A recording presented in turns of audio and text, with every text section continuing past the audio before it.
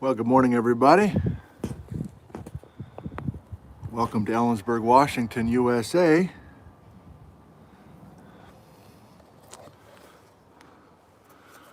The local time here in Ellensburg is 8:47 a.m. and we'll begin our program this morning. Volcanoes and climate. Woo! We're going to start that at 9 o'clock local time. 12 minutes from now. So we always start this a little early to check in with folks, to test our audio and visual, to see who's watching, and basically just chit-chat a little bit. So who do we have this morning? Whidbey Island, Eastern Washington, South Bend, Indiana. AV is good. That's good to hear. Thank you. Hello from the UK, Sam. Chico, California. Seattle, Wenatchee. Germany, hello, French. Japan, good morning. Netherlands. The Netherlands, I always think of my friend Noralie, who I've been really enjoying her program. Have you ever heard of something called Itchy Boots? Itsyboots.com? Itchyboots.com? This gal Noralie, who actually was a geology student and then a working geologist. Muffler bore a little early this morning. She does this amazing, she has a YouTube channel that's absolutely outstanding, and she travels the world and has all these amazing cameras and drones, and she's so cheerful and positive. And anyway, things got real a month or two ago, where she was trapped essentially in South America during this pandemic, and she got out. She's back home now, but anyway, big fan of hers. And I'm sorry, that the Netherlands, that's how she kind of says the Netherlands. All right, who else we got here? Santa Barbara, good morning, Mark. Isaac, Evelyn, age 7. Isaac, great. Quinnell, Corvallis, Luxembourg. I'm shouting now. I've had a little extra coffee this morning to get myself ready for this session. John, is that a real place? Zigzag, Oregon? Never heard of it. New York City. Good morning, Jeff from Bimman's Bakery. Okay. The Himalayas, India. Great to see you again. Thank you for tuning in. Zigzag is a real place. Okay, I'll need to look that one up. Virginia. Hello, Evelyn, age 7. Sandy, Oregon, Mount Hood, downtown Seattle. Indiana. I could go on and on forever. Seriously, I could. But we got some business to take care of. Australia, good morning.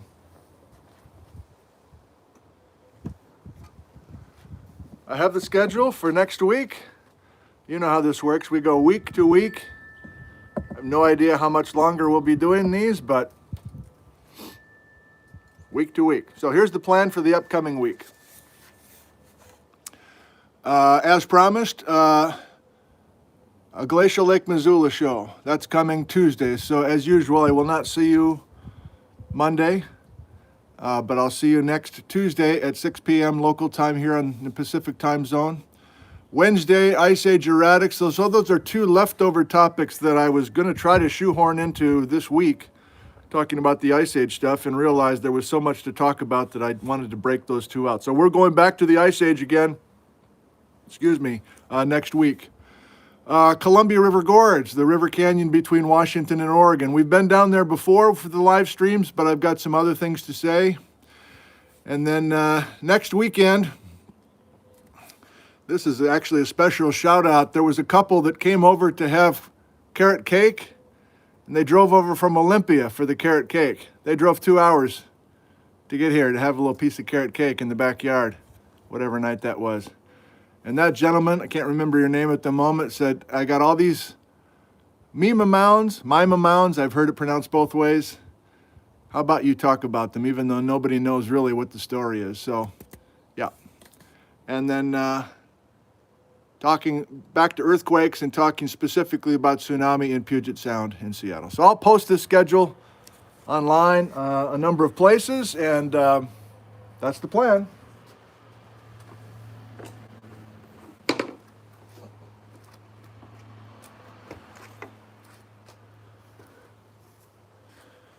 Got one thank you this morning, a special shout out to Susan in Redmond, who made a couple of masks, one for me and one for Liz.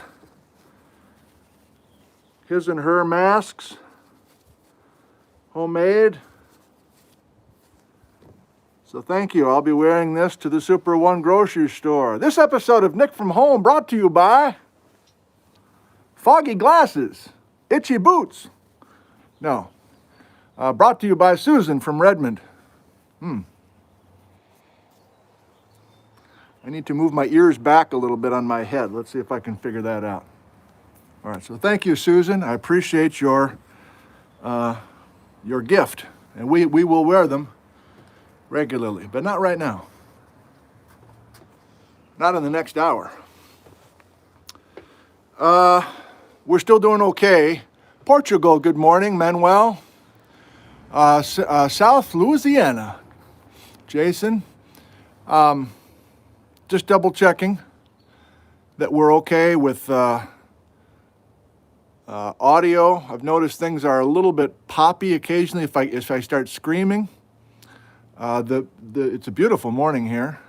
It's a Heidelberg, good morning. There's a beautiful Scotland, Germany.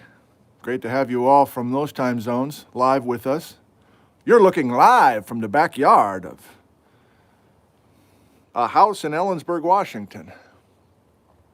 Good, good. Thank you for the feedback on that. I'm pleased, as always, with the quality of this iPhone, what is it, 11? iPhone 11? iPhone 13? I can't remember.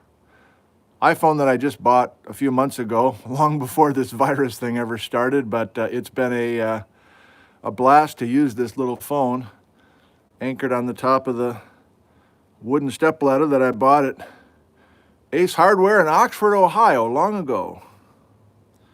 Major purchase. We were newlyweds. And I've got the little cozy fort for the iPhone because the breeze is kicking up occasionally. We'll see if you get much wind. Good morning, Mother.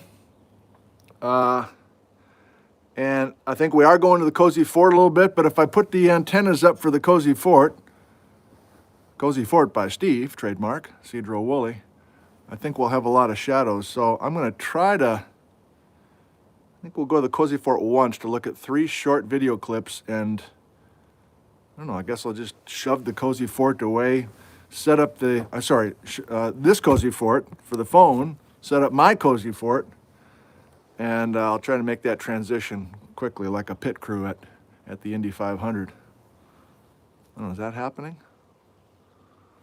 Memorial Day? Probably not. Oh, Dale, it's raining in Issaquah. I'm so sorry. It's a great day for hiking. Liz is out running this morning with a friend of hers up in the Menashtash Canyon, and then apparently she'll want to do a big hike with me when we're done this morning. Yes, have you noticed? The painters are painting our house this week, and so we had another gentleman, Clayton. I can't remember his business. I'd give him a... So yeah, he said, "Oh, what's going on up there?" As many of you have noticed. Your mind is wandering during our live streams, but say we got that all ready to go. There's a new roof on that thing on the back side of that lean-to, and I don't know if I'll be in the backyard Tuesday, Wednesday, and Thursday night or not. This might be a war zone back here with all the painter stuff, but anyway.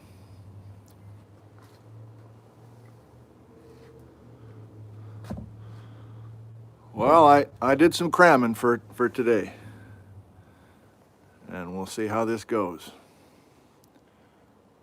Yeah, I taught, my first teaching job was at Miami University in Oxford, Ohio, 1989 to 1992, and then we had our first kid, and we said, we got to get out of here. We missed the West. If we don't get out of here now, we're going to be into babysitters and friends and schools, and we'll never leave. So we left. The end of the school year, didn't even have jobs out here. It all worked out.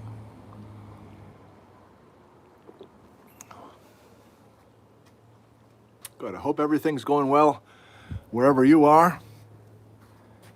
And I think I need a couple extra minutes to think. I got 3 minutes. Will you give me 3 minutes? I gotta really focus in now on what we're doing. So thank you for being with us this morning.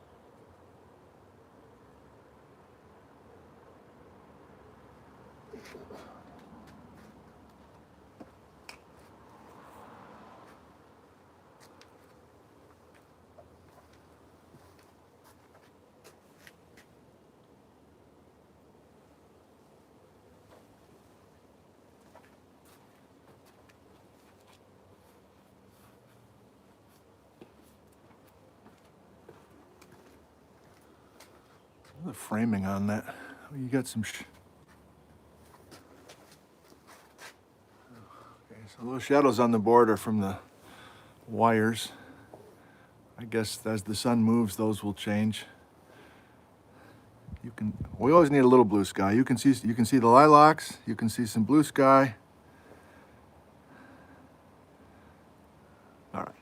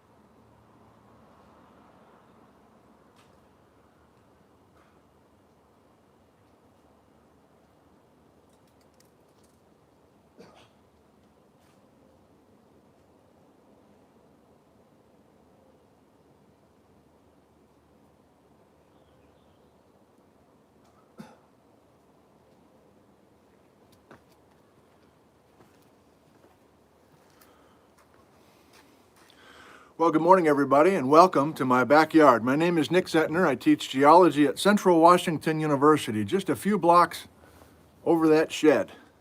And we've been on lockdown, as you have been, for a month and a half or whatever it's been, with not a whole lot of end in sight. And so we continue with this series of live streams. This is number whatever. We've been at it a long time, and we will continue into next week.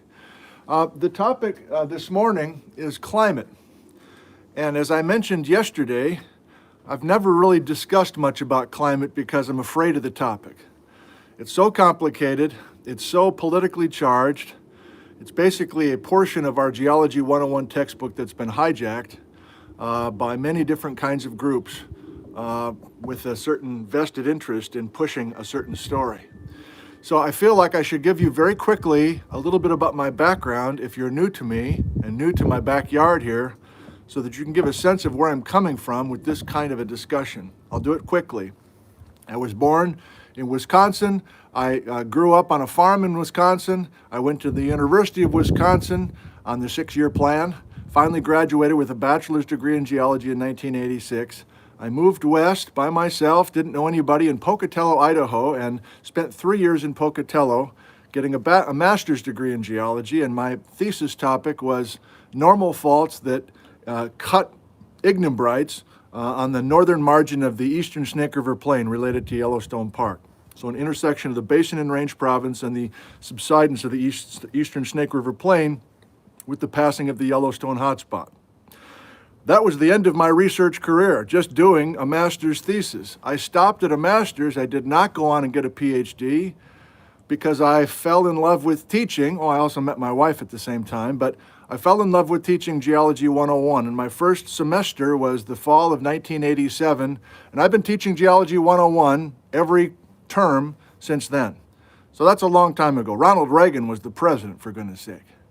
So I share this with you because I'm a teacher. I try to work with field evidence as much as I can, and I try to make certain things make sense to my brain, working with the field evidence that we have, and making sure that all the storytelling and all the discussion always comes back to the field evidence. Now, this particular topic this morning, I don't know much about, and yet I'm doing a live stream on it. Why don't I know much about it? Well, after trying to cram as much as I could last night, and of course, hearing and talking and reading and hearing and watching video programs over the years, I've been massively confused about the topic, as many of you are. And if you're not confused and you have the answer and everybody else is wrong, then I wonder if you should check yourself, by the way. But that's a whole nother discussion we can have at another time. So what I have in mind for this morning, and we'll start in just a second, I promise, is to kind of have this live stream act as a workshop. So I'm trying something new this morning. Because I don't have definitive answers for you, and I'm not sure you're tuned in for a definitive answer anyway, my hope is to throw a bunch of the ideas out there. I think I can help by organizing the ideas that are out there by time. I feel like that's missing. This is part 2, by the way. Yesterday was part 1 of this discussion of climate. And I was very careful yesterday, and most of you followed along with my request. We stayed in the last 2.6 million years of time yesterday. In other words, the most recent ice age, Today's ice age. We'll talk about that in a second. The last 2.6 million years worth of time. And this is what I was taught at the University of Wisconsin. There were 4 advances and 4 retreats of the ice worldwide. This is from yesterday. And then in the 1980s, it became clear that 4 advances and 4 retreats in the last 2.6 million years was not the most accurate and up-to-date view because we had new evidence from the ocean floors. And our current understanding now, based on deep ocean sediments and some other proxies, is that we've had 33 advances and 33 retreats. And that's my number. You might count 34, you might count 31, depends on how you count the squiggles that are different bandwidth and different length coming away from quote-unquote normal. But that was our discussion yesterday. We were staying with the Ice Age, in other words, the last 2.6 million years worth of time. And we got into this discussion of oxygen isotopes in a cycle of pulling O16 out of the oceans and not having it come back during glacials and getting that signature on the ocean floors. And that's where we stopped yesterday. So today, I want to go back earlier than 2.6 million years ago. And right off the bat, some of our discussions yesterday involving the Milankovitch cycle, involving, we don't need to get into it again, but that's going to stay with yesterday. Today is a whole nother set of ideas. And as I mentioned yesterday, it feels like everything's tossed into this global climate discussion blender. That's the best way I can come up with it at the moment. Have you heard? Little Ice Age, the year without a summer, Tambora, 1815, Krakatoa, the Younger Dryas, meteorite impact, flood basalts, supervolcanoes, supercontinents, ocean currents, deplete the ozone, solar minimum, whatever. All that stuff just gets tossed in the blender, and everything is kind of, I think, for many people, it's all kind of in there together. And it's like, which thing in the blender is the right answer? Well, the main thing I want to do this morning is try to sort those things out in the blender and put them in different time frames. Because we've all seen these squiggles. I'm already off script, by the way. We've already seen these squiggles. And, you see the squiggles that go like this? 2 million years ago, 1 million years ago, and then starting 18,000 years ago, whoop! And it's like, oh my God. Well, what is the time frame on your squiggle chart? Is the squiggling just in the last 18,000 years? Is the squiggle chart in the last 2.6? Is the squiggle chart in the last 500 million years? That's really the approach I want to use this morning. We can look at squiggles. The squiggles are based on good data, different kinds of data. What time frame are we talking about? And can we sort that out? Okay, so to get into this, I'm going to be most comfortable if we start with my approach using actual rocks that I can hold in my hand. So we're going to get to the volcano discussion in a second, but here we go. Kids, this is a rock. It's a sandstone, and it was collected by moi, that's French, north of town, Blewett Pass. And I lucked out. I cracked open this rock with my rock hammer. I was cracking right along that little boundary, and I pried the rock open, and there was this beautiful leaf. Now, I don't know anything about botany. I'm sure some of you right now in the live comments can tell us what kind of tree that was. But this is rock from 56 million years old. And if you say, how do you know that date? That's last weekend. We were talking about determining absolute ages from rocks. And even though this is sedimentary rock, we have other ways to keep track of time in the area. And there's a datable layer above and a datable layer below. And so we know this is 56 million years old. And this tree with this leaf that fell to the bottom of this pond 56 million years ago left this amazingly preserved plant fossil. Okay, so you look at that just as a casual person, you go, okay, well, we probably have trees just like that. And so I guess it wasn't much different 56 million years ago than it is today. Okay, well, we were also up by Old Blewett Pass, and we were also up the Tainham, which is a different drainage, going the other way away from town. These are within a half an hour's drive of Ellensburg, by the way. This is Disneyland for geology, you know. So in addition to these fossils, we found some other fossils. And it wasn't just us. Of course, people have been pulling these plant fossils out of the rocks around Ellensburg for the last 100 years or more.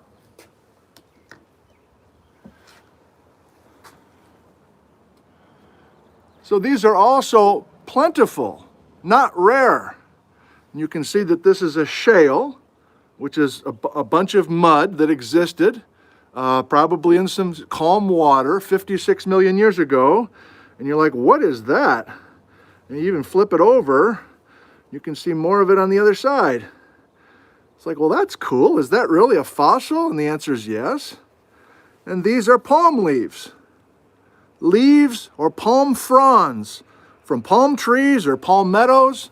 And you can go today to the Everglades or Charleston, South Carolina, and see a modern place that is very hot, very humid, and has these kinds of trees growing. So there are no palm leaves in Ellensburg today. There's no palm leaves. This is a desert. We get less than 10 inches of rain a year. But based on these palm leaves, these plant fossils that are right here in our county, we can say, can't we, that the global climate was different? No, we can say, can't we, that the local climate was different? We're not sure about the globe, but locally, we have to say that the climate was different, right? I'm holding something in my hand. We're all looking at it together. We're cracking these little plates of shale away from each other and hoping we find a nice little palm frond. And it's like, oh, well, how big were they? Well, I didn't bring the biggest one in, but I did go to school yesterday and grabbed one out of the display case. And I happened to collect this one too. I'm not much of a fossil person, but we had good luck. I've taken maybe, I don't know. Well, when our kids were young, we'd go up there all the time and have our little chisels and everything else. So our oldest boy, Max, found this one. You don't need a college degree to find plant fossils. You don't need a college degree to do much, by the way. And so the idea is, you can get palm leaves recorded in the bedrock, 56 million years old, the size of dinner plates or even bigger. This is actually a smaller fossil, but it was beautifully preserved and found by Max Zentner, who now lives in Beirut, Lebanon, and cannot get out. The airport is closed. Whatever. He and his girlfriend hope to get home this summer. Okay, that's my way to get into this discussion, because when you look at these palm leaves and you're screwing around with people up in the hills and you're having little chit-chat discussions as you're looking for palm fossils, the discussions usually says, well, I wonder why it was so hot and humid here.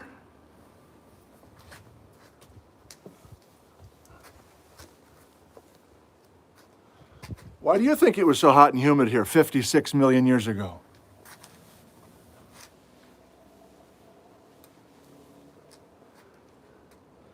And I've been out with enough people to hear a bunch of different kind of logical lines of thought. They're all logical. We're all looking at the same thing. We know that it was hot and humid here once upon a time, 56 million years ago, and there are different discussions. One of them here locally says, oh, 56? I'll bet you the Cascade Mountains weren't up 56 million years ago. And instead of it being a desert here in eastern Washington, think of this being the state of Washington, this whole chalkboard, okay? So here's the Pacific Ocean here to the west of us, and here's Ellensburg. And we've got the Cascade Mountains that separate Seattle from Ellensburg. It's about a 2-hour drive from Ellensburg to Seattle, and we have to go up and over Snoqualmie Pass and the Cascades to get there. So, oh, you've got palm fossils in Ellensburg? Well, I guess that means that we're old enough back in time that the Cascades didn't exist, and that all that humid air got into eastern Washington. And that's true. The Cascades go back 40 million years old, and the palm leaves in our rock in Ellensburg are 56 million years old.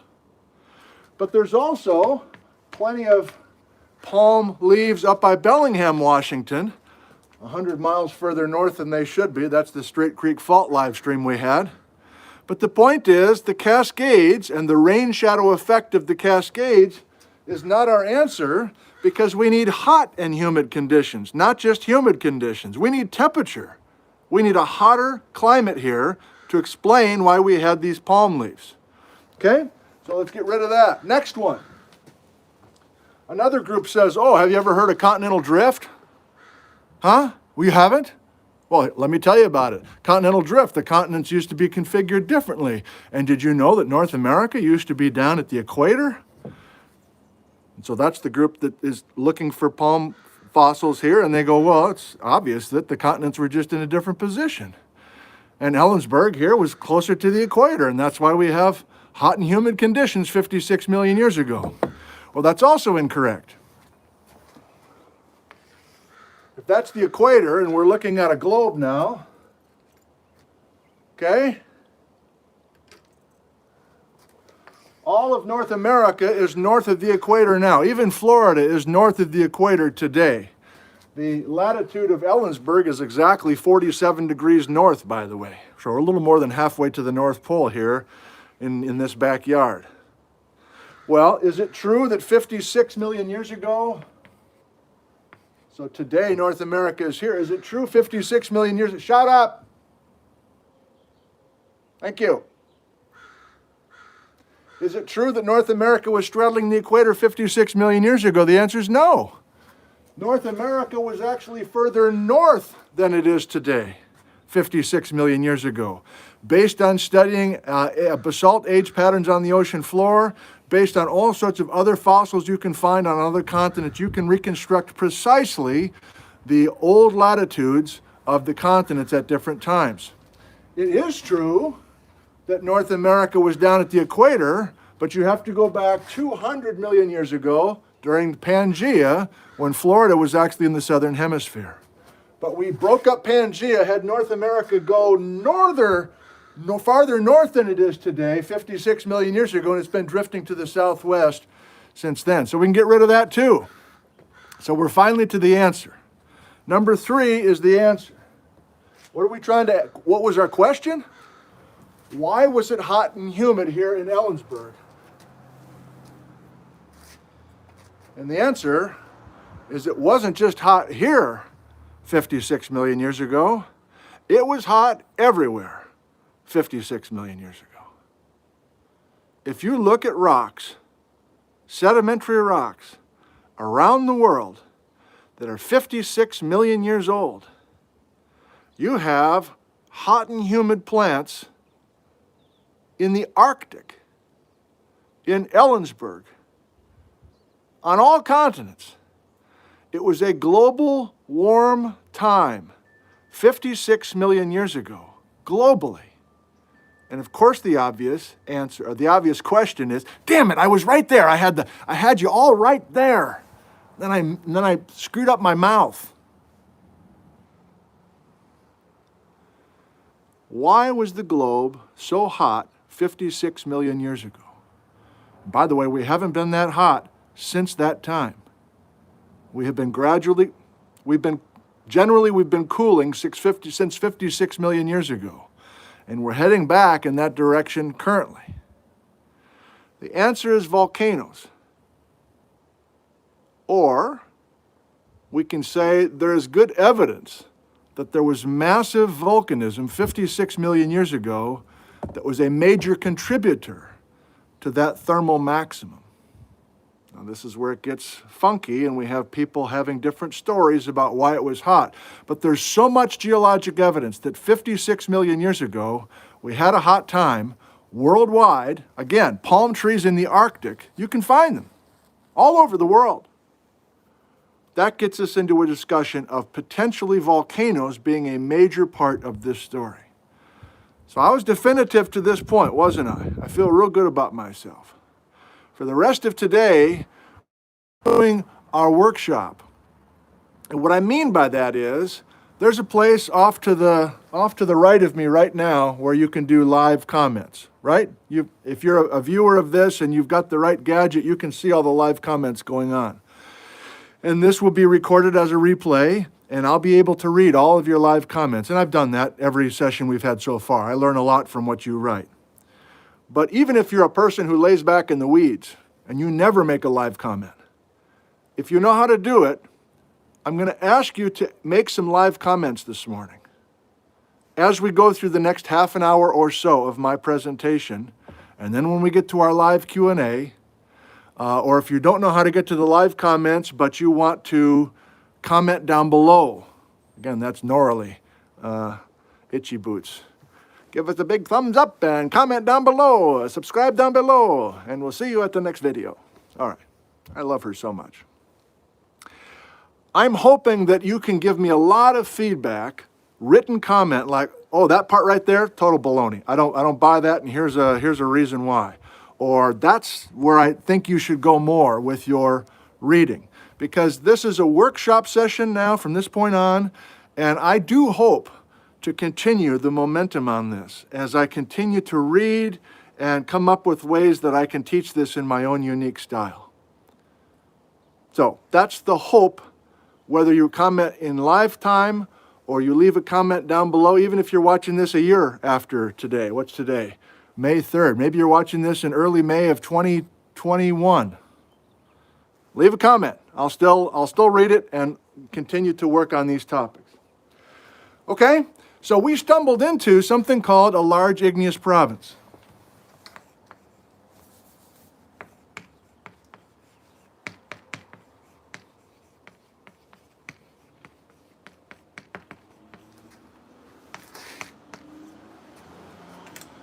A lip, a large igneous province. Have you heard of them?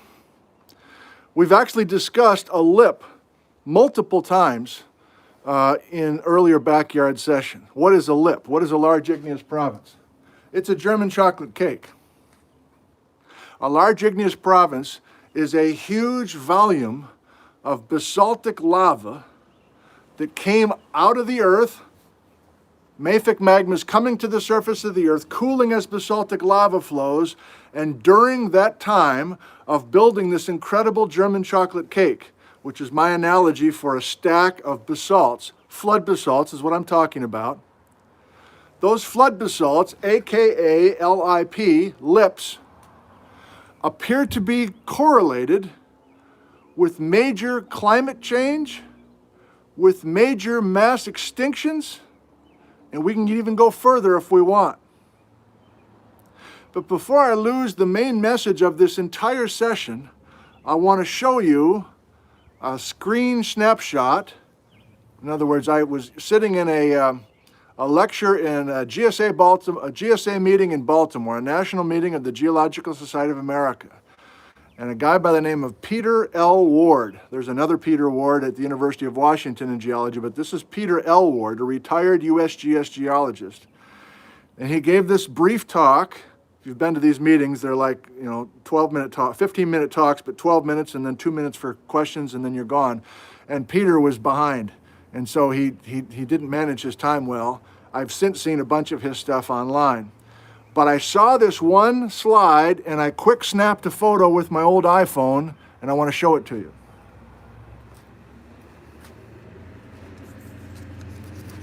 I don't know if you've heard this before, but I'm intrigued. I don't maybe want to go as far as Peter L. Ward has gone with it, but I'm intrigued. I'll just show it to you.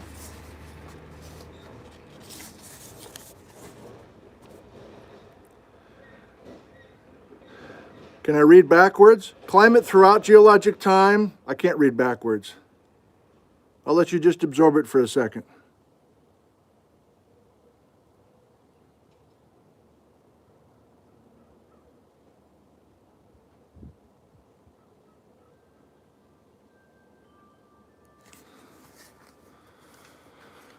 Okay. So let me try to put this in my words. And we're not going to hammer it as the only message today, but it's the thought that got me rolling with this discussion. And I already just saw a couple real-life comments about sheep and this sort of thing. And so if you've got all sorts of pointed comments, negative comments, bring it on. I'm a big boy. You go ahead. Let it go. Let it go. I want to read everything. I've seen everything under the sun with these climate talks. I've watched a lot of stuff in the last 24 hours. And the comments down below are a war zone. And the common threads are, I can't believe they're using our tax dollars for that line of bullshit. I can't believe that these pinheads are peddling this whole thing. It's an agenda that they're pushing. On and on and on and on and on. These are all natural cycles and they're trying to tell us it's something else. I'm not equipped to go back and forth with you, but I really want to hear all your feedback, including the extremely negative stuff about the ideas or even me. Bring it on.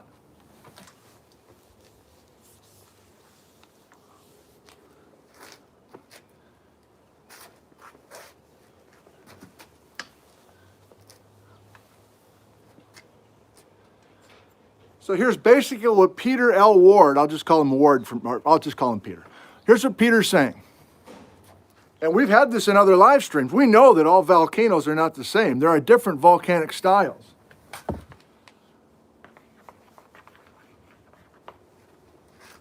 Nope.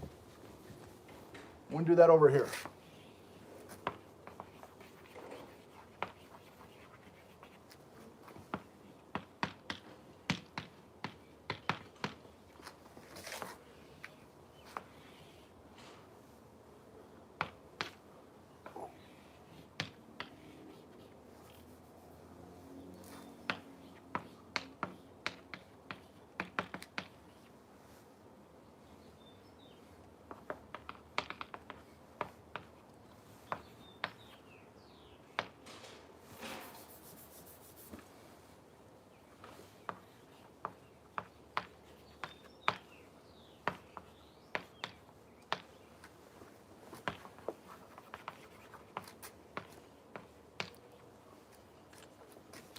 Just lost the sun temporarily. Hopefully that doesn't throw you.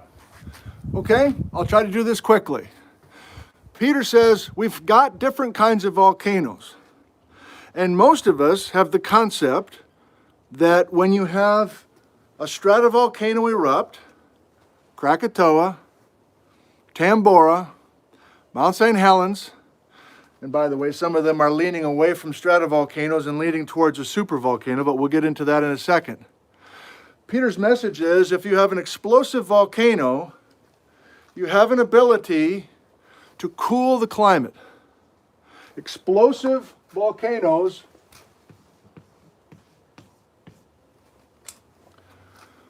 have a temporary cooling of the climate. And he gets into the physics about sending all this ash into this atmosphere, and you can take it from there if you want. But the connection is explosive volcanic event. The bigger the explosive event, the more pronounced the global cooling, temporarily. Maybe it takes a year of, maybe it's a temporarily meaning a year's worth of cool, a year without a summer. Maybe it's 3 or 4 years of cool.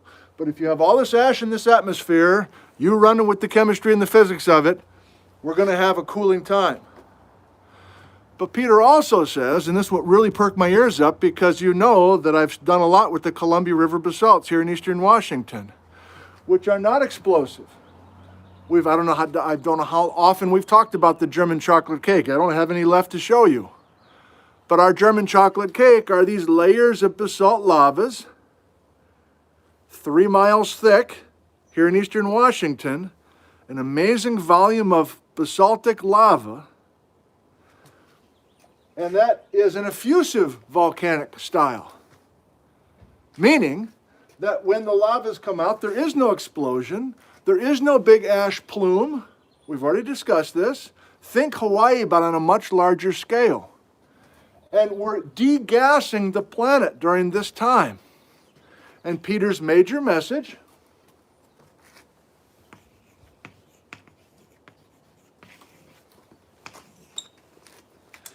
is that if you study large igneous provinces, if you study, I just figured out why I keep looking over here, by the way. When I watch a replay, I'm like, why don't I look into the camera? Why am I looking over here?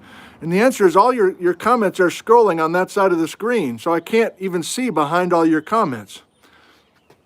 That's just an aside for me. Okay, so effusive, large igneous province, you've got a date for that, you've got a volume for the German chocolate cake in your particular area. We're going to tie that to a major global time. Warming time. Explosive volcano, we're going to tie that to cooling. Now, Peter goes so far as to say carbon dioxide, greenhouse gases, not the story. He says all of the jigsaw, all the teeth cut, all the ups and downs on these charts are tied to our volcano stories. I'm not willing to go that far. But I do like the idea that we have major effects. And before I forget it, I'll say it. Peter keeps using stratovolcano explosions to explain certain cooling times. And he doesn't even talk about supervolcanoes. Where supervolcanoes, as we've discussed before, yes, Yellowstone, or these incredible supervolcanic explosions here in the American West, we've had dozens of them in the last 20 million years. That would even be a more pronounced cooling effect. So I'm unaware of anybody working with supervolcano dates and the amount of ash and tying it to cool times as well. Okay, I do have some whiteboards for you, and we'll follow through then on the main contribution that I have for you, which I think is just sorting things out by time. And if you're a new person here and you're waiting for me to kind of give you my big sell at the end, there is no big sell. I'm a free agent. I'm early in reading and presenting these concepts. All right, let me give you a chance to absorb this here. Some of this looks familiar, some of it not. How close can I get in here before I lose?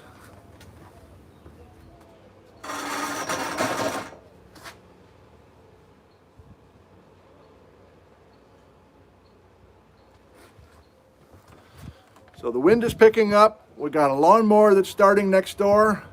Plenty of challenges for us. Okay, what looks familiar to you first of all? Geologic time scale on this margin, right?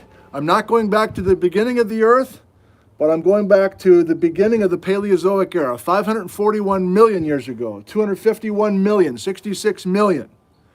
So that's the Paleozoic, the Mesozoic, and the Cenozoic eras.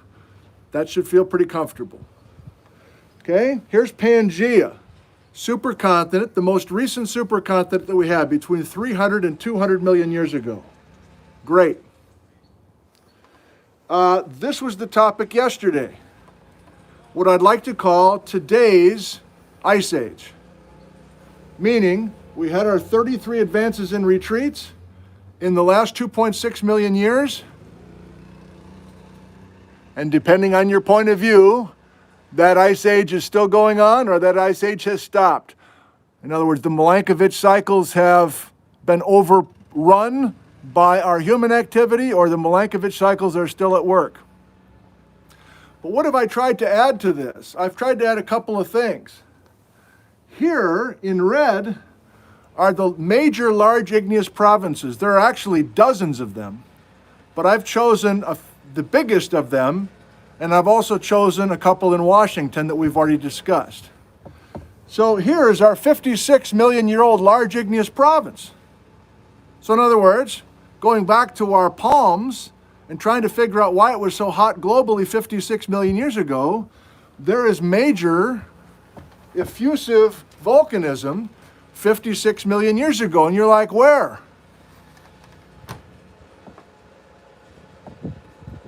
Do you remember the chocolate gumdrop off the coast of the Pacific Northwest? What was the name of that island off the coast of Northern California that was built 56 million years ago and was added to the edge of Pacific Northwest about 50 million years ago? The answer is, I'm seeing it now, correct. Silesia. The volume of basalt in Silesia, can't remember the number right now. Is it 11 times? Is it 13 times? Something like that. Let's say 13 times the volume of the German chocolate cake here in Washington. So the Columbia River basalts, our German chocolate cake in eastern Washington, are the most recent large igneous province compared to large igneous provinces around the world. In other words, the most recent globally is our German chocolate cake. But our German chocolate cake is a cupcake compared to these other German chocolate cakes, these other large igneous provinces. And what I've given you, the Paleocene-Eocene thermal maximum, is the time frame we're talking about. That's the 56 hot. That's the time when it was hot worldwide. And I'm saying Silesia is the main contributor, where we have, oh, here, I wrote it, 13 times the volume of our German chocolate cake here in eastern Washington. There's a large igneous province in India called the Deccan Traps, 2.5 times the volume of our German chocolate cake. Coincident with mass extinction, 75% of all species are extinct at this event. This also is when the dinosaurs went away. I know there's some birds, but you know what I mean. Dinosaurs extinct in this fossil record. The Camp, the Central Atlantic Magmatic Province, a large igneous province 201 million years ago, 12 times the volume of our German chocolate cake. Coincident with the breakup of Pangaea and a mass extinction where 80% of all living of species are removed from the fossil record. And finally, another one that I'm highlighting, although there are many more large igneous provinces, the Siberian Traps, 251 million years ago, 20 times the volume of the German chocolate cake in eastern Washington, and 96% of living species gone away in the fossil record. Okay, let's just pause and think about that for a second. Is there a way to look at our global climate record going back hundreds of millions of years and tie these large igneous provinces to major warm times in our geologic past? Many say yes. But we also have older ice ages. Let me just finish then trying to describe this very busy diagram, and I never know how close you can get. But these are the dates that we have of older ice ages. This one back in the Precambrian referred to as snowball Earth. I don't know anything about it except that there's evidence apparently that the entire planet was encased in ice. That the entire Earth. Can you imagine an entire planet that has no blue and has no green, but it's nothing but white, like you see at the poles today? You've probably done more reading than I on snowball Earth, but that discussion fits down here.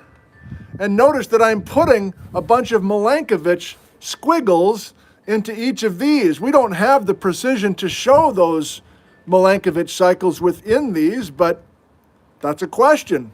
Is the Milankovitch cycle effect only true here?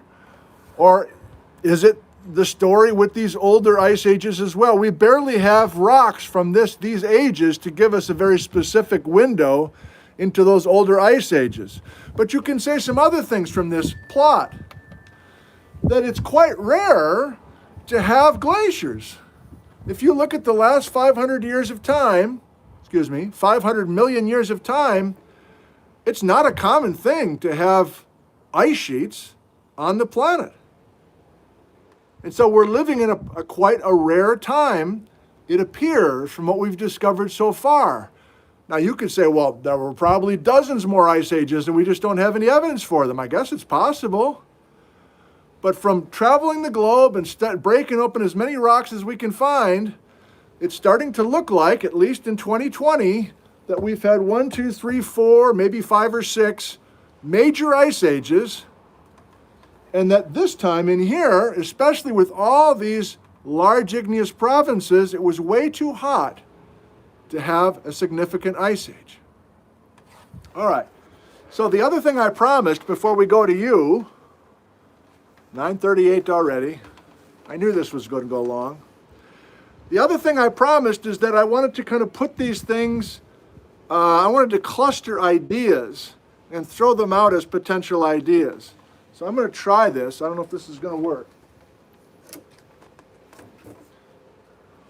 I'm distracted by the lawnmower, but I hope you're not. Hope you can't even hear it. So my attempt here is to talk about, it feels like, I'll just do this first. This is my attempt to expand on the blender idea. So to me, all these ideas keep bubbling up in conversation. And my instinct, like I'm kind of an organizer, like there's a bunch of stuff in the basement, well, let's organize it. Let's get some shelves. This is all stuff related to camping. Let's get that over there. This is all related to Goodwill. Let's get it over there. This is all painting stuff. Put it over here. So I feel like we need to do some organization of the basement. And the way I've done it, maybe it works for you, is to say these are not all discussion items that work for all of these time frames. Today's ice age, that's what I'm calling it right now. What's today's ice age? What we talked about yesterday. The 33 advances and retreats of the ice, controlled by what? Milankovitch? Controlled by solar flares? Controlled by sun cycles and solar minimum or maximum whatevers? Is this more of is this the explosive thing from Peter?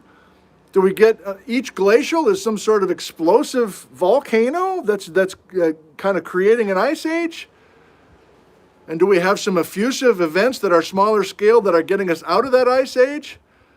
How does the ozone work into this? So that's one heading. Another heading is what I've tried to just look at briefly. The Ice Ages of Yesteryear. So today's Ice Age. And then here's the Ice Ages of Yesteryear. I mean, what are we doing? What are we talking about Milankovitch for? What are we talking about changes in solar cycles? If we're back this far, does it really apply to that? Or do we need a whole nother set of ideas to talk about why these ice ages are spaced by hundreds of millions of years of time? So as I try to sort this out, at least for my brain, if we start talking about those ice ages of yesteryear, I just showed you them, right? The Pangaea time, the snowball Earth, etc. Is that more a discussion of large igneous provinces and where the continents are located and when we have a supercontinent story? And if we're talking about supercontinents, then the idea is, oh, you've got a Pangaea, well then the ocean currents are different. And if you start breaking Pangaea apart, now we've got different ocean currents, and that's going to drive global climate and ultimately get us into an ice age. Or I think another thought, or maybe the same thought is, maybe you're more likely to have an ice age when you have all the continents in one place. You're waiting for me to vote on which one I like. You're not going to get it. I'm as confused as you are. And again, if you're not confused and you know the answer and everybody else is confused except you, do you really have a handle on all of these disciplines? Isn't that part of the issue? You need to be razor sharp on physics, on astronomy, on chemistry, on paleontology, on volcanoes. The list goes on and on. Ozone. Who's got that kind of knowledge and depth of knowledge in all those areas to be able to weigh them equally in their mind and say, well, this is the answer? That takes a rare person to be able to assess that. It's almost like the Baja BC thing. This is a very quick aside, I promise. The idea that a piece of Mexican crust traveled all the way up to British Columbia. You need to know the geology of Alaska, British Columbia, all the way down to Mexico. You need to know paleontology. You need to know paleomagnetism. Most of us just aren't up to that. We have specializations, and my specialization is teaching. It's not research at all. So we've got so many different things to weigh, and it feels like many of the presentations are just coming from that one subdiscipline and saying, well, this is what I know, and so here's the answer. Well, this is what I know, and here's the answer. And I'm not in any of these disciplines, but I just am a logical thinker, and all this mainstream science is wrong, and I've got my answer. Everybody's coming at you with the answer, and it's hard to know what to do from there. I feel like the third category, which I just added this morning as I was thinking about it at breakfast, is forget about hundreds of millions of years ago, forget about the last 2.6. Feels like a whole nother discussion happening is just since the last time we had a last glacial maximum. Pick a number. In the last 20,000 years. So I don't feel like just equally sprinkling all these discussions into one big blender is helpful.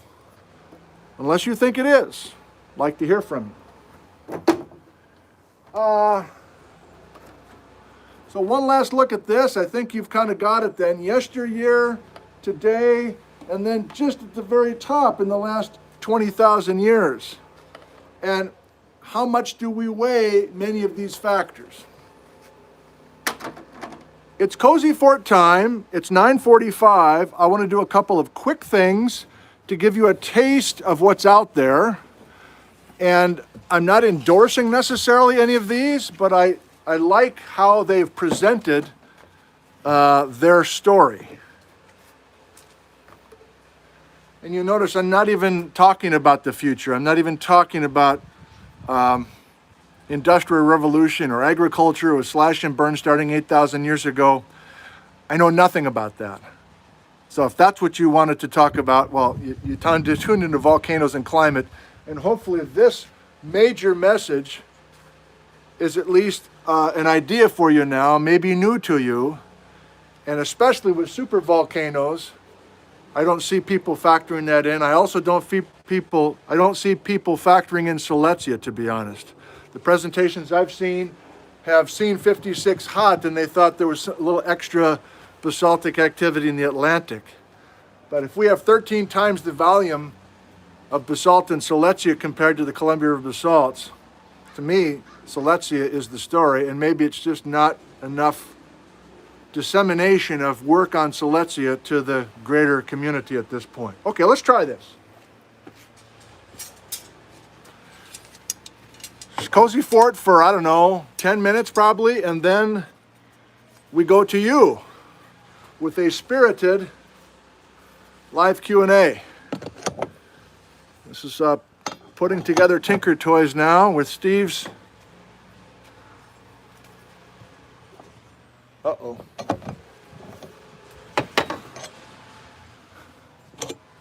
I already screwed it up.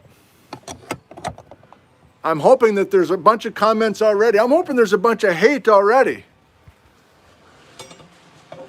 Kind of feel alive. You get a little hate in your system. Smells like hatred. Love it.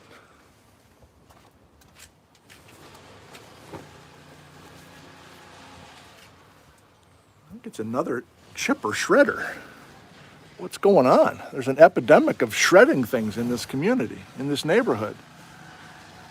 Come on now, baby. Don't hit me on the head.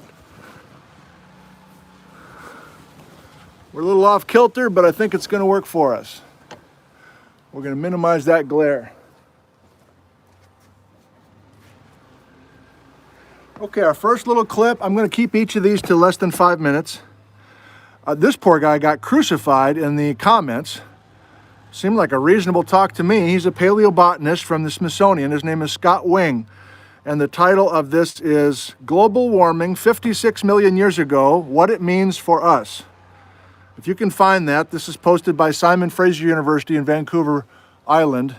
I feel so bad for him reading those comments. Whatever, I'll probably be reading something similar.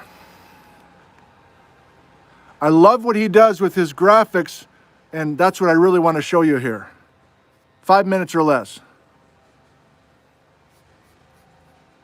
Dioxide in the atmosphere, this part of the curve way back here is measured in ice cores.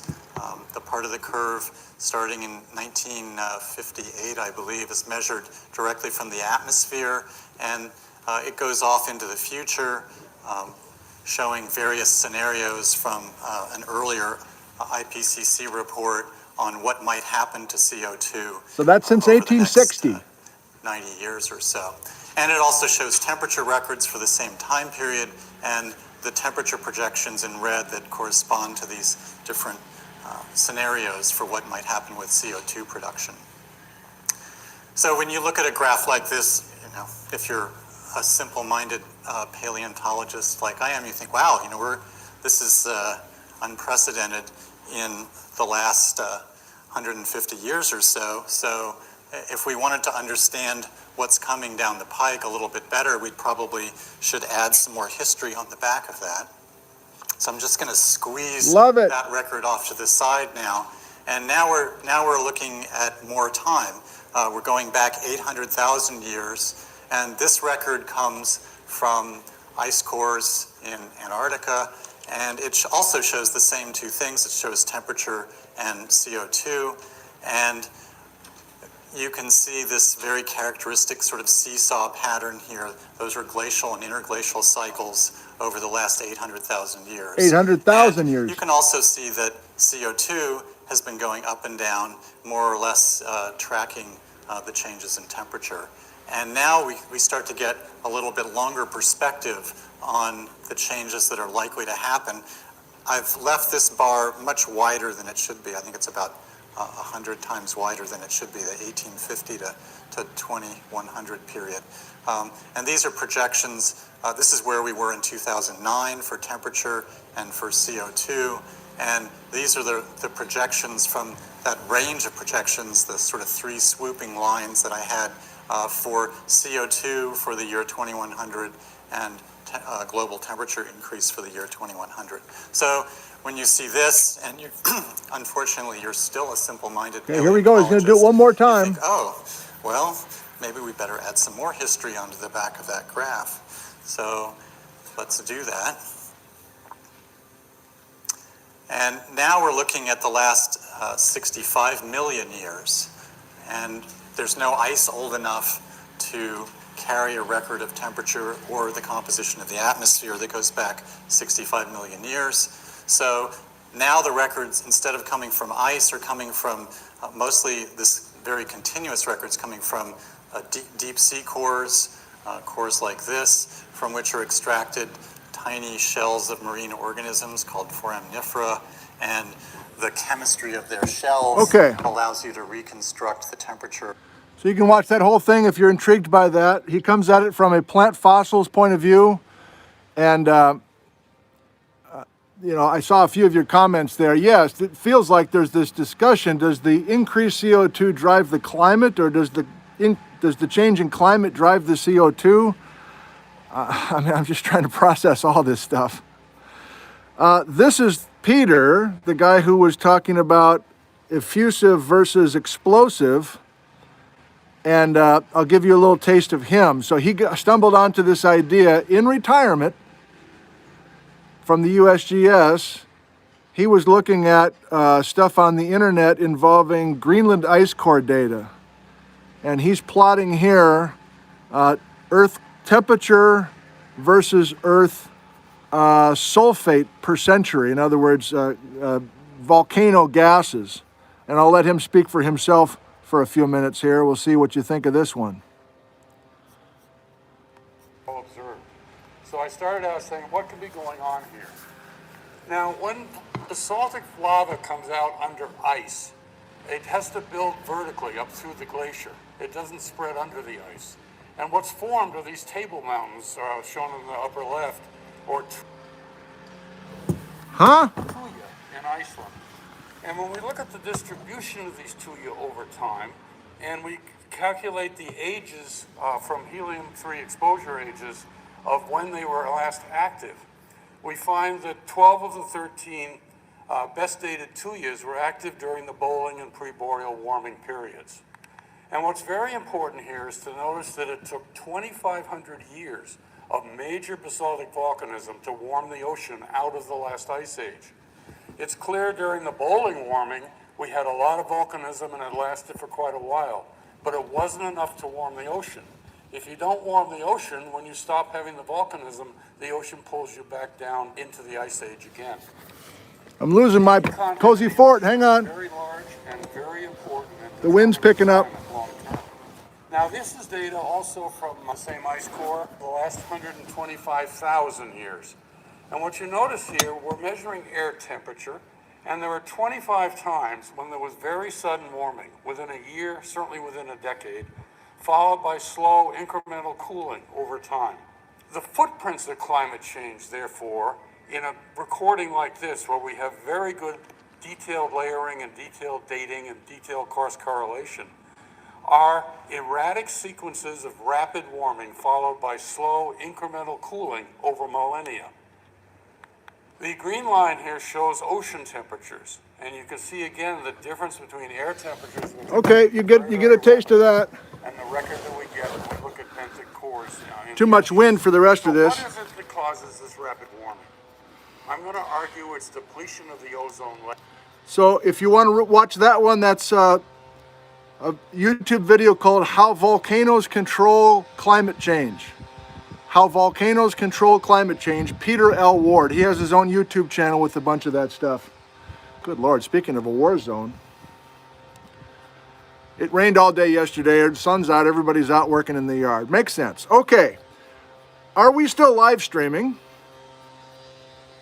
I hope so. And this ought to be fun. I want to read some of your questions.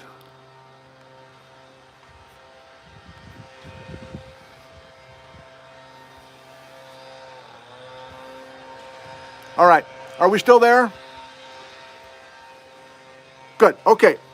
Volume's good. How many we got? 800? Okay, great, let's go for it. I'll try to pick up the pace here and rifle through a bunch of these. And you know my background. I don't need to do a bunch more disclaimers, do I?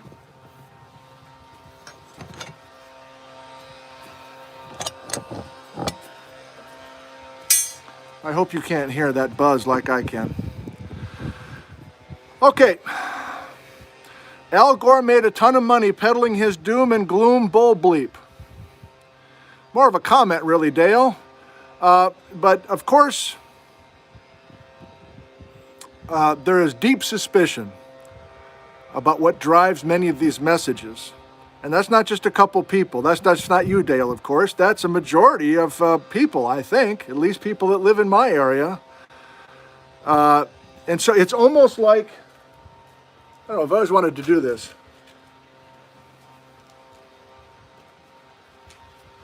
It's almost like we have such a crazy range of people discussing this topic.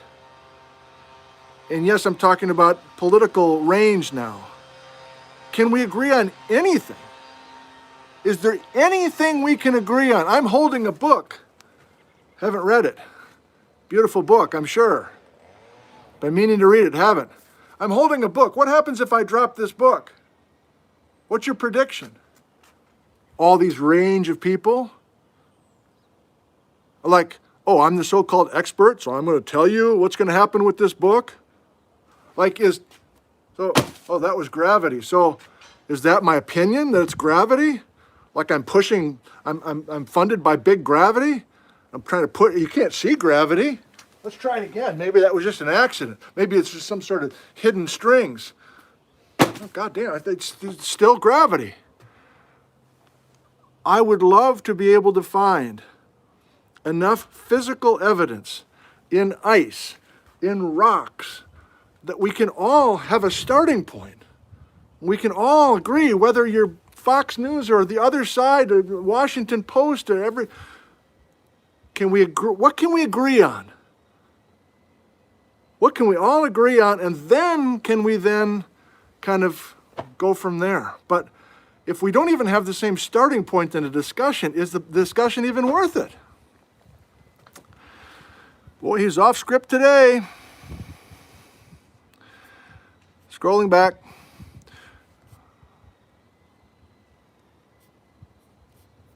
Why can't I scroll back further than that?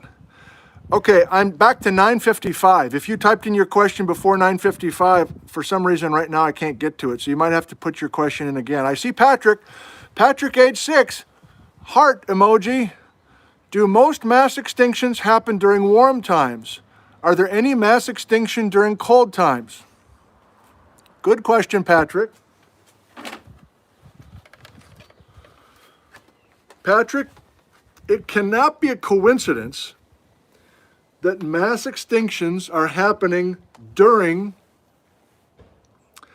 these major basalt eruptions. So there's this incredible connection between those two things. Now let's take it a step further, Patrick. Why did all the lava start coming out during the time of this extinction? Was it cold right before? And then the lava started coming out, Patrick, and then we killed everything? Why is all the lava just starting to come out of the ground in Siberia at 251 million years ago? Was there an asteroid coming through space that turned into a meteorite when it got into our site, and then it hit the ground and we had a meteorite? A meteor, hitting and becoming a meteorite?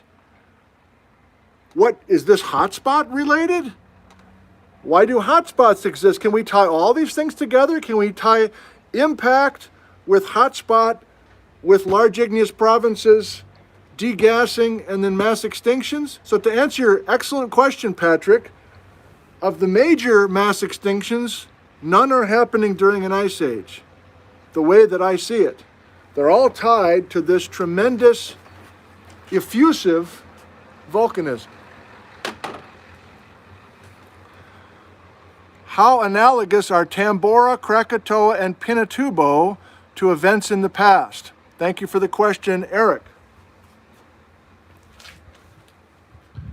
I'm actually semi-prepared for that. So, we're talking about explosive now. And if I'm looking for a mistake, I don't mean to say it that way, but Peter's so big on his volcano story.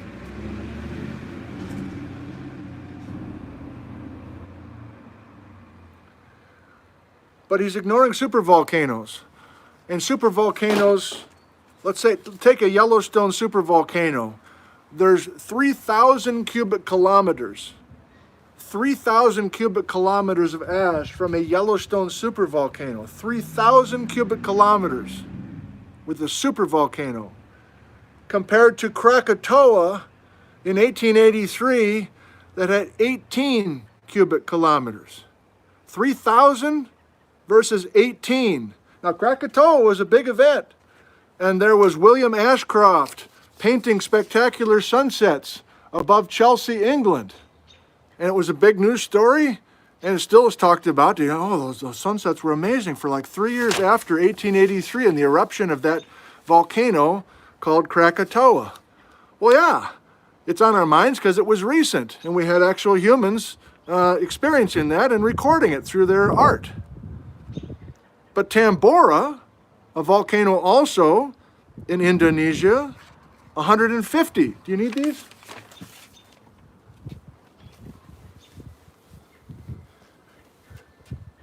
So that's another part of this. We're trying to go, okay, we have explosive events, explosive volcanoes, and they have an ability to cool the climate, at least temporarily, but they're not all the same magnitude of events. So what I'm trying to tell you is that in 1883, Krakatoa, 18 cubic kilometers. Oh, let's go up here. 1980, Mount St. Helens, 1 cubic kilometer of ash sent into the atmosphere. 1815, Tambora in Indonesia, 150 cubic kilometers. That's the in northern hemisphere for years after and massive famine, the year without a summer or a few summers, because there was so much ash in the atmosphere and cooled the globe. But Yellowstone last exploded 640,000 years ago.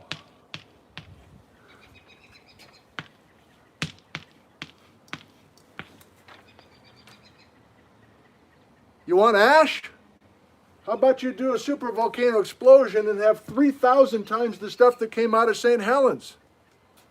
How come we're not talking about supervolcanoes as cooling agents? By the way, I've got a lot of emails from many of you. I can't keep up. I'm sorry if I haven't replied yet. Some of you helped me from yesterday. Average, there's a 9-degree Fahrenheit drop. Every glacial, we have a global cooling of 9 degrees Fahrenheit on average. And yes, CO2 drives climate, or climate drives CO2. And then this Younger Dryas thing keeps coming up. If you're unfamiliar with the Younger Dryas, that's a rapid cooling event that was first noticed by studying pollen grains around the world between 12,800 and 11,500 calendar years ago. And that's been an obsession of many in the last 15 years, the Younger Dryas. And I'm actually confused why it's such a major talking point. Because we're just naturally warming the globe in the last 18,000 years, and we had a rapid cooling of that general warming that lasted a little while. Thank you for the question, Eric. Do the ocean floors, seashells, cores coincide with warming and cooling cycles? Thank you, Michael. I need to learn more about that. But in general, there is agreement between deep sea sediment and ice cores. Of course, we can only go back a certain amount. We can't go back to 500 million years ago with ice cores, of course, or even the ocean floors. The ocean floors of the world go back 250 million years, but no earlier than that, because we keep subducting ocean plates. And so we don't go back to the beginning of the earth with even the ocean stuff. But to my knowledge so far, there's general agreement between, that's really I think where I want to go with this. If I continue with this, I need the tangible stuff. Remember the gravity and all that? I don't know if that worked for you, but I feel like if we start with the discussion of invisible gases, right off the bat, people are like, okay, this guy's selling me something. I can't see it. I don't even know how they collect that. I think in general, people, especially critics, we should all be critical to a certain point. Science is skeptical by nature, so that's healthy. But I think for many in science, you have a plot. It's like, okay, that's your data, and you plotted it up. I think for people outside of science, they're like, you just made those up. You can make up whatever you want to tell your story. And so I don't want to start with these. I started with a palm fossil. And I think that my approach, if I do more of this, will be to kind of go to ice cores and go through the data in the ice cores. That's real. To go through the data on the ocean floor seds, and that's real, and really try to point out how those correlate. So your instincts are right on the mark with what I'm thinking might be the way to go about this. The subtext of all of this is I have no illusions that I'm going to string together the right 7.5 sentences to have somebody over there go, oh, well, that's it. I totally get it now, and I'm totally changed my mind. I know that's not going to happen. This is religion, basically. We're talking about religion and belief and structure and how I view the world. It's way bigger. It's become way bigger than just discussing the science. It's if you present on climate, you are representing a whole world that many who are outside of the world detest. So it's half sociology, half science. Can we not agree that the air has been better everywhere in the past few weeks? Thank you. Doesn't the pH of the newly formed basalt tie into what gets leached out of the atmosphere? It could be, I don't know. Oh, am I here? I took my older laptop thinking I'd have less scrolling problems. Of course, I still do. The year 1257, Samalas eruption equals mini ice age. Let's look at what the mini ice age is. That keeps, speaking of stuff that keeps coming up. You know, I got a lot going on. I mean to read all sorts of books every summer, especially under a nice oak tree. And I've been meaning to read this thing forever. It's a good paperweight. It's a good doorstop. That's about it. This is going through the details, written by Peter Brannan about the major mass extinctions. I think a topic that fascinates many. I don't know why I showed you that. Oh, because I saw it as I was reaching. I really like Marshak. I've showed you this yesterday. Stephen Marshak, University of Illinois. This is a Geology 101 text. But let me show you a couple of things.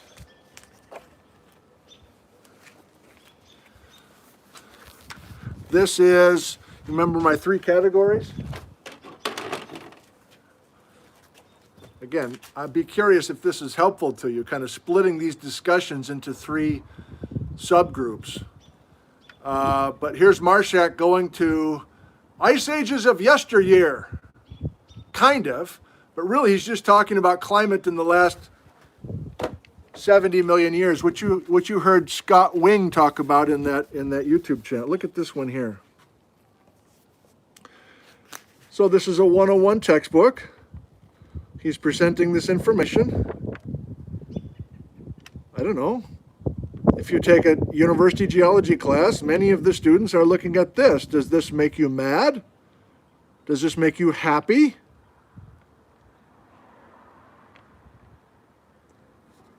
I think this is Silesia.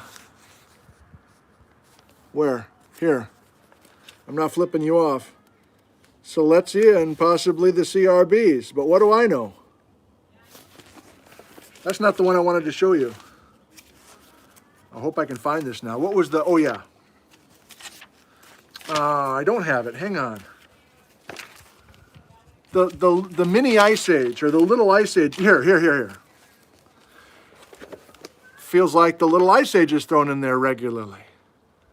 In the category of thawing since the last glacial maximum. Here's Marshak's way to talk about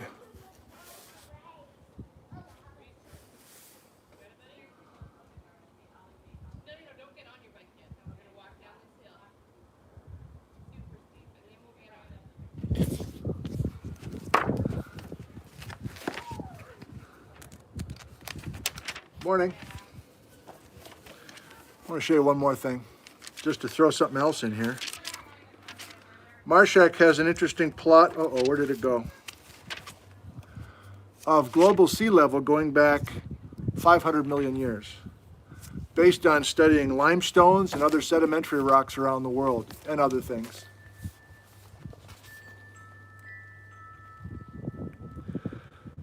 So these sawtooth plots are everywhere, plotting up so many different kinds of things. To me, my first thought is this is Pangaea time. between 300 and 200 million years ago. So there's so many different things to plot up that at some point you just go, enough, I got too many plots. I don't know which one to believe. Does it have to be one answer? Can there be 72 contributors and they're all part of the story? Well, if that's true, then how worried should I be about the future? A few more minutes. What? Oh, God. Okay, 5 more minutes. Do any of the Cascade volcanoes have the ability to alter climate? I would say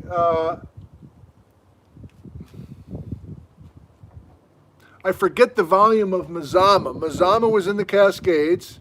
Mazama's Crater Lake today, maybe in the neighborhood of this. So this is Tambora. This is the year without a summer. I think we could have a few years, maybe a few decades of cooler climate if Rainier blows as dramatically as Mazama, God forbid. So I guess yes, but kicking off another glacial or something, I wouldn't go that far, but I don't know. We'll do a couple more.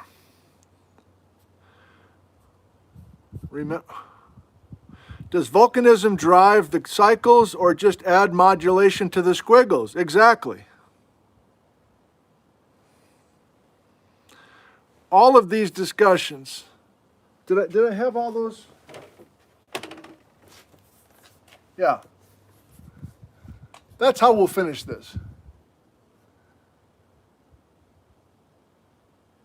As you write this laundry list of ideas, and more than ideas, people's research. Do we look at everything on this list, all these ideas in black, and your favorite idea contributing to this probably isn't even on here? But do we ultimately just say, well, they're all contributing, and they're all equal?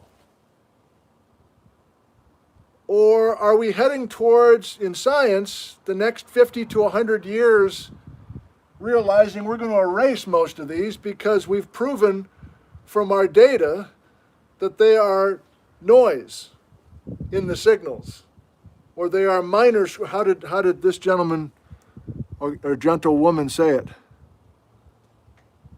Does volcanism drive the climate cycles, or did volcanism drive the cycles, or just add modulation to the squiggles? And that's maybe the way that we need to kind of start thinking about this. At least I'm talking about myself now.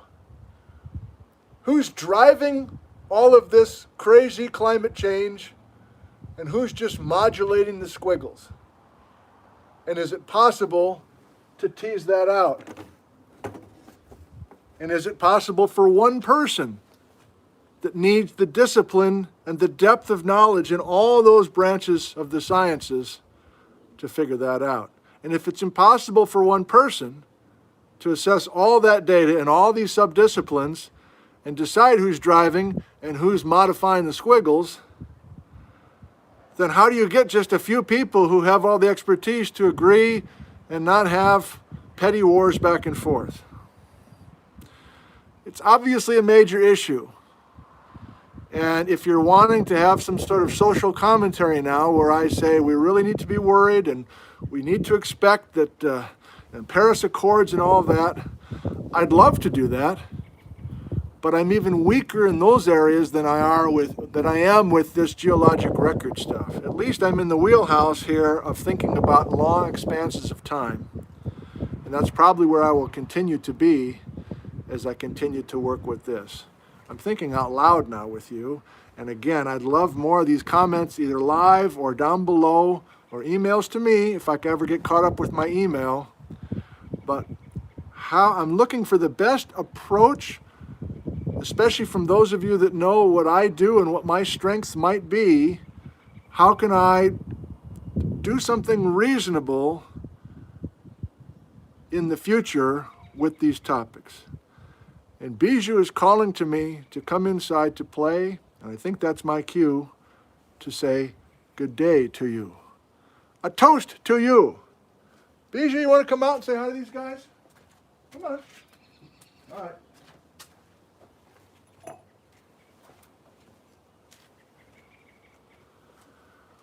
Here's to you and your health, your physical health, your mental health. I don't know, does a discussion like this trigger something? Does it make you feel less well? Hope you're doing okay. Here's to the health of your parents and your grandparents and your spouses and your children and your grandchildren. Here's to the health of all the people in your community and in your country and on your continent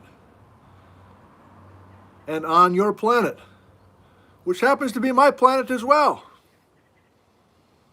And we're talking about the past of our planet. And of course, we're talking about the future of our planet as well, without an overbearing message, at least this morning.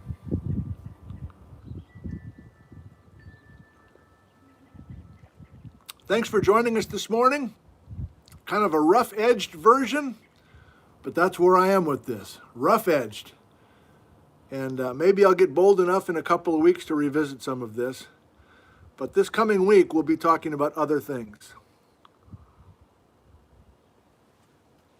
Speaking of which,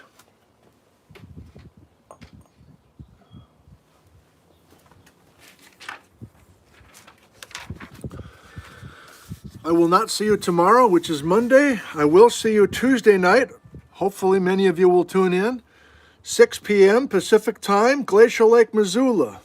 Wednesday, 6 p.m., the Ice Age erratics. Those are big boulders left by the Ice Age floods and by glaciers. Thursday, 6 p.m., going down to the Columbia River, the gorge that's upstream of Portland, Oregon. And then next weekend, Saturday and Sunday morning, we have these things called mysterious Mima mounds or Mima mounds. I don't know, are you watching in Croatia? Do you have Mima mounds? How about South Africa? How about New Zealand? Have you ever heard of these things? It'd be interesting to hear perspective from other continents about these very mysterious mounds that nobody has been able to explain convincingly. And then we will go back to Seattle and talk about doom and gloom on Sunday morning next week. Is that Mother's Day? What am I thinking? Thanks for joining us. Thank you for visiting the Backyard Live. We'll see you Tuesday night at 6 p.m. I love you. Goodbye.